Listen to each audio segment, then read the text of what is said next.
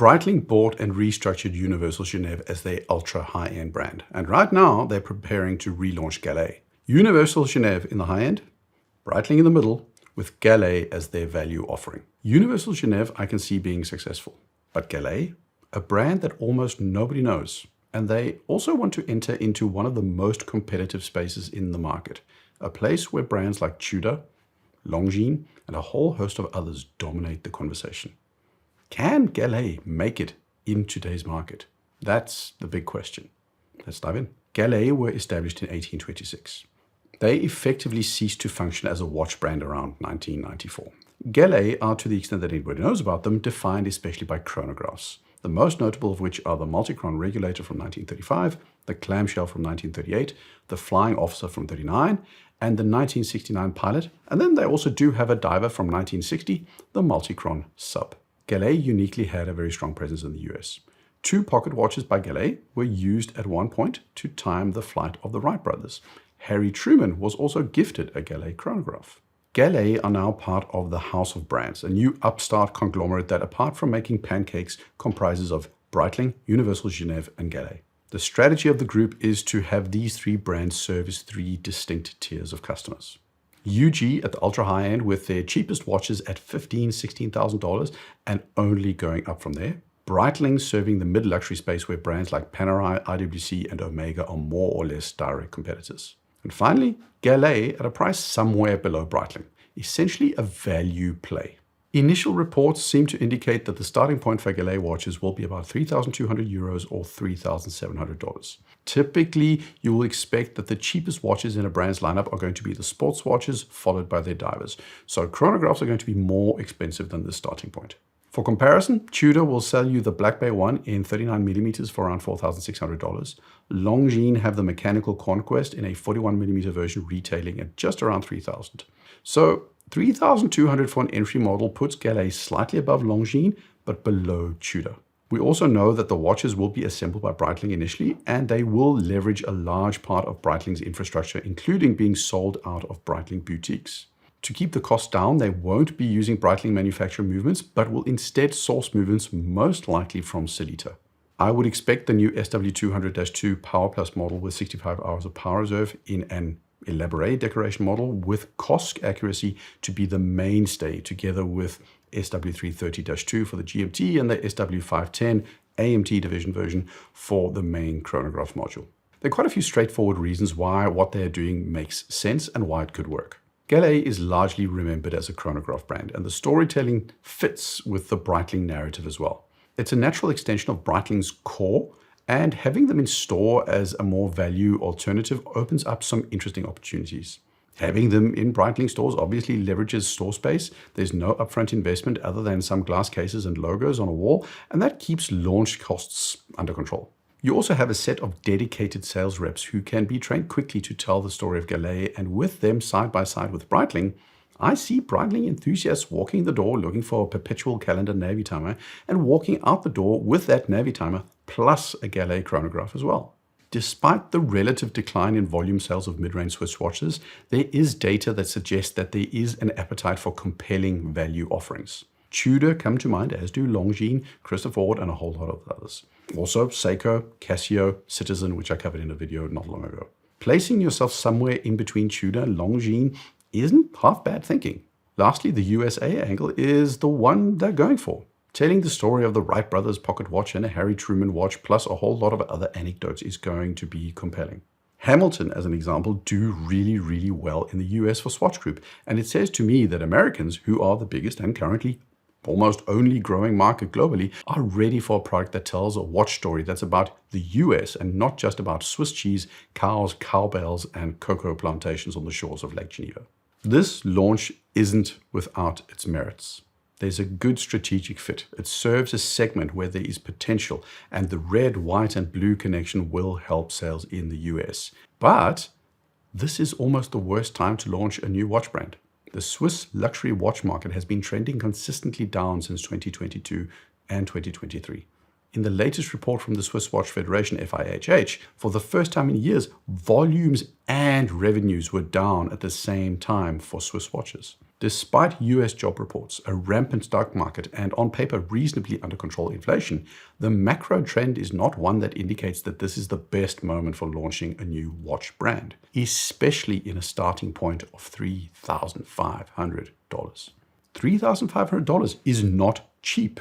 But it's also not the millionaire crowd with money to burn. This is aimed at people that consider this kind of cost a huge splurge that needs to be really justifiable. There's also a very real risk that the house of brands is over-indexing the public's recognition of Gallet, the popularity of the styles they offer, and the US connection. George Kern is a man many people consider a marketing genius. He has done great things literally everywhere he's been, but it's become clear to me that he does have a flaw. Breitling, under him, repositioned itself as a generalist luxury watch brand. The everyman's watch, the middle-of-the-road designs, middle-of-the-road branding, and middle-of-the-road pricing. Universal Genève, to a large extent, feels the same. They haven't positioned themselves as avant-garde high horology. They've positioned themselves as very expensive, very good, fashionable luxury watches. And that's what George Kern does best. Nothing edgy, nothing dangerous, just safe. Predictable branding aimed squarely at the statistically average customer. The early signs of the Gallet suggest the exact same playbook. Small teasers to the press, a new website with some historical storytelling and references to iconic models. Based on that website, it seems entirely likely that the first collection will revolve around the multi-chron sub, the pilot, and the officer. Now, to be clear, safe branding is not automatically bad branding. It works brilliantly for Breitling because Breitling's core products are broadly appealing watches. The Super Ocean, the Chronomat, as the Navitimer, they are designed for large audiences. But Gallet's historical designs have a starting point that is much more niche relative to today's tastes. The multi-chron sub is fundamentally a skin diver. The pilot is a much more old-school chronograph layout, and the yacht timer is even more niche than that. The core catalog has a lot in common stylistically with watches like the Breitling Premier line, which is one of, if not the line, that Breitling is having the hardest time moving product in. These are potentially enthusiast products and not broad market products. And that's where there's a risk. You potentially end up with watches that have niche enthusiast design languages paired with very broad, very safe generalist marketing. Good watches, maybe even great watches, but emotionally mismatched to the way they're being positioned, especially when you're entering a space where brands like Tudor and Longines already dominate the conversation. Safe, middle-of-the-road marketing doesn't get you airtime when you have those 500-pound gorillas in the room. As for me, I'm not a 500-pound gorilla, far from it considering my amazing hairline, but I do have ambitions on behalf of my channel, and you can support this channel by subscribing and helping my channel reach a broader audience. Click subscribe, leave a comment, thanks a ton. Take a look at the historical designs of Gallet. Consider the sub, for example. That's very clearly a skin diver, and if it were to remain true to its origins, it'll need to be launched as a modernized skin diver. The problem is Hydro Conquest, Black Bay 41, Black Bay 58. Skin divers had a moment a few years ago, but they're not the flavor of the day right now. The multi-chron pilot also has potential, but again, it's not the most popular kind of chronograph out there. It's not a Daytona, it's not a Chronomaster Sport, it's not a Speedy or a Black Bay chrono layout. It's much more old school, which has an audience, but just not as big an audience. The yacht timer is the same story. Apart from Tag Heuer and the Skipper, very few brands go down this route. The reason it could be a strength is that the watches most likely won't be middle-of-the-road generic divers and chronos like the rest. The downside? Much more niche. And coupled with George Kern's penchant for slightly generic marketing, I worry that it's going to miss the mark.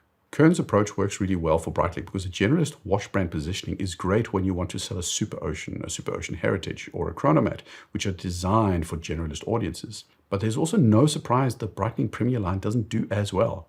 It's much more niche in its design language within the generalist confines of Breitling. There's a very real risk that Gallet ends up with this kind of broad generalist storytelling that Kern clearly prefers, but with products that are very much in the vein of Breitling Premiers. They're good watches, but mismatched to a generalist type branding. You could argue that Gallet designs can be transformed into more mainstream designs, and they likely could, but that just gives you a new problem. Instead of going for niche designs, you go for a more generic design, where a watch like the Hydro Conquest dominates with its extreme mainstream design choices. Black Bay Chrono, same story. Making your watches more like them is not going to do you any favors. In a lot of ways, there are parallels between a brand like Gallet and Hanhart. And if that were the play, then I see a small niche for Gallet. But it's hard to believe that George Kern and Breitling want Gallet to be a relatively small player like Hanhart. They want a much more mainstream edge. They want mainstream appeal and mainstream volumes. But I do have a tough time envisioning that that's going to be easily achievable based on the source material. The biggest concern, though, is pricing. 3,200 euros, $3,800-ish at the time of writing with the current exchange rates. And that's for an assembled watch with a Sellita movement. That's where the wheels come off, in my opinion. Because I want a chronograph with a Sellita AMT SW510 movement inside, with a leather strap, from a historical brand with a legacy of chronographs and racing timers. Ladies and gentlemen, I give you Hanhart.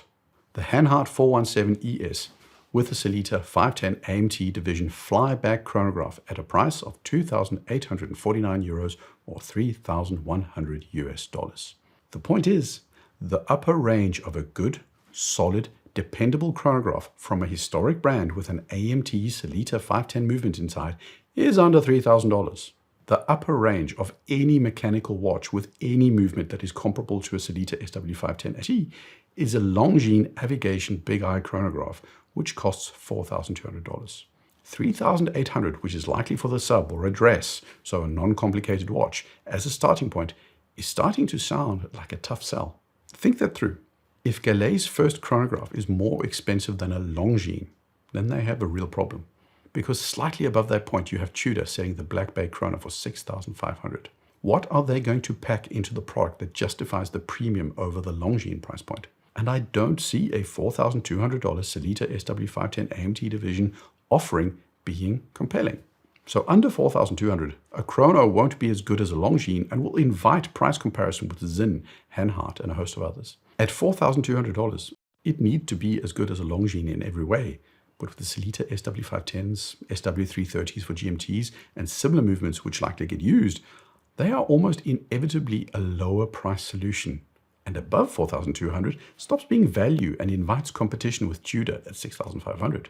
And that was just the chronograph situation. The story is the same for the divers. You get incredibly solid divers from big brands for under $3,000. Vulcane and Zodiac, which are more niche, will sell you skin divers that have remarkably similar aesthetics to the Gallet sub. Direct-to-consumer brands go even lower, and many offer movements comparable to Sellita Power Plus movements. Some even use those same movements. When you go up in price, you start competing with brands with huge marketing budgets and in-house chronometer-certified movements, and in some cases, even METAS-capable movements. Had Gallet said that they would be pricing at a starting point of $2,500, the concern about price wouldn't be there. But the combination of specs and materials and the rumored price point tells me it's going to be a tough sell when you're walking into a market where your designs aren't mainstream, but your marketing is, where competition is cutthroat and you're trying to take share from others and not just harvest green fields, and the overall market is in decline. This is going to be a tough sell. Those are my thoughts. Share yours in the comments. Like, subscribe. Cheers.